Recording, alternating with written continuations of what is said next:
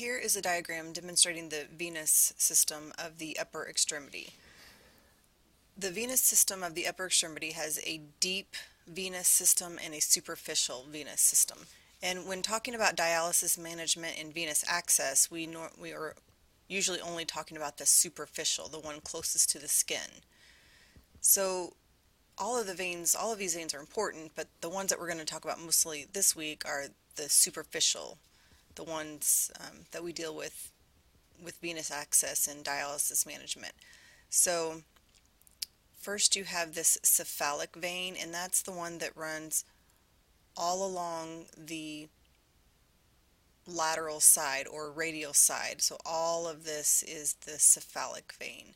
Then you have the basilic vein, which it is the more medial vein, and it runs all along the medial side or ulnar side. So all of this is basilic. And then you have this vein that kind of connects the two, and that is the median cubital vein. So really there's just these three veins that are the superficial ones that we deal with. The basilic here, the cephalic here, and then this median cubital, which kind of connects the two. Then all of these veins merge to form the subclavian vein, then into the brachiocephalic, and then the right and left brachiocephalic veins merge to form the superior vena cava, which then of course feeds the right atrium of the heart. Here's a diagram demonstrating the venous system of the neck, and again the one most important by far is the internal jugular. It's the largest and used for a lot of access reasons, and it comes down and also merges or joins up into with the subclavian vein and then brachiocephalic. Then the right and left brachiocephalic veins merge to form the superior vena cava. Whenever the term central veins is used, that is pertaining to the brachiocephalic and more specifically the superior vena cava. So whenever you're doing a chest x-ray for central line placement or a PICC line or anything central line means superior vena cava or right atrium or the right and left brachiocephalic. So all of these veins located in the center of the chest, thorax, that is what a central line is. And all central lines need to be placed with the distal tip located in the right atrium.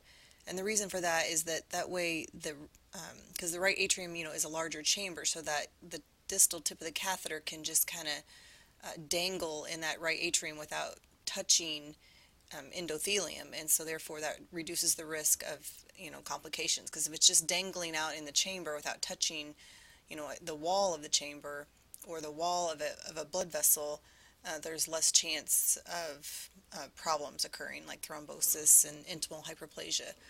So anyway, all central line things or central veins is pertaining to the superior vena cava, right atrium, maybe up into the right and left brachiocephalic area. As I mentioned earlier, the internal jugular vein is a common access site. So this diagram is showing how the catheter was inserted through the internal jugular vein. For this, you would want to put the patient in the Trendelenburg position to increase central venous volume, and also you want to have the patient perform the Valsalva maneuver, and that will decrease the chance of an air embolism, because that is a common possible complication with a central line placement. So again, this is demonstrating a central line placed in the internal jugular, whereas this is a diagram demonstrating a central line placed in the subclavian. And here is a PICC line, a peripherally inserted central catheter. So this time looks like the catheter was inserted via the basilic vein, and then again the catheter though is long enough it enters the right atrium. There's many different types of central lines, different reasons why a central line would be placed, and different characteristics of different ones. Here is showing a central line that has a port that is tunneled under the skin, and I have a link to a YouTube video that shows a placement of a port tunneled under the skin. Also, a lot of times these are placed for dialysis, which we'll talk about that here in a minute. But again, this is just demonstrating a jugular placement.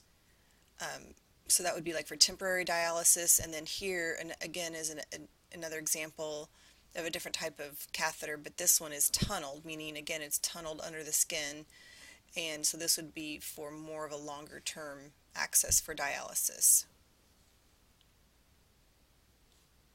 So the point really is that there's many different types of central line catheters and placed for different reasons, and there's a few different techniques in inserting them.